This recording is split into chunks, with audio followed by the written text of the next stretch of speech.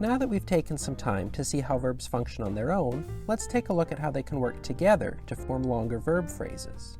Probably the most obvious way to combine verbs within a verb phrase is with a word like and. Linking words like these, known as conjunctions, allow you to build longer phrases by sticking multiple words together in various ways.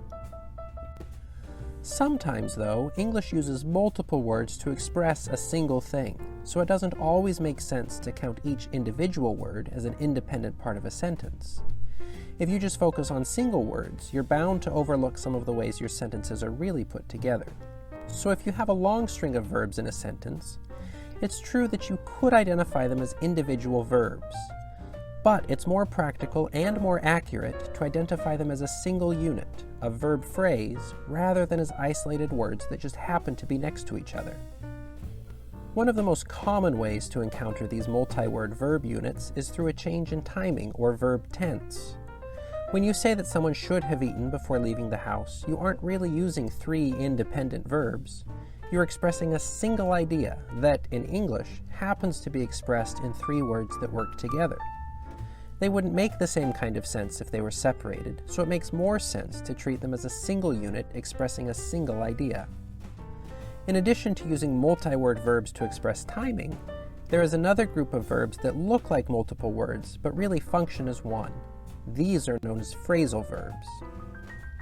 Just as ice cream is something more magical than the combination of ice and cream, phrasal verbs mean something more than the sum of their parts. If someone tells you to hold on for a second, they're not telling you to keep something in your grip for the length of a Mississippi, they're telling you to wait.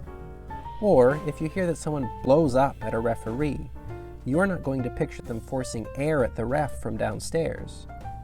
So, just like multi-word verb tenses, phrasal verbs are a package deal. When you encounter these kinds of multi-word verbs, it might look like you have a pretty complicated verb phrase with many moving parts, but remember, it's helpful to think of it all as a single unit. In a sentence like, "By the time we get there, he will have been blowing up at the referee for quite some time," there's no real need to treat that long string of verbs as anything other than a single unit because that's what it is, a single verb phrase. Finally, of course, you can also add modifiers to verb phrases. Later on, we'll have more to say about modifiers, but for now, just know that they are words that add bonus information to verb phrases. Your sentence might be more interesting with modifiers, but in most cases, it will also get along just fine without them. Coming up next, we'll take a look at how sentences are built by connecting verb phrases to other types of sentence components.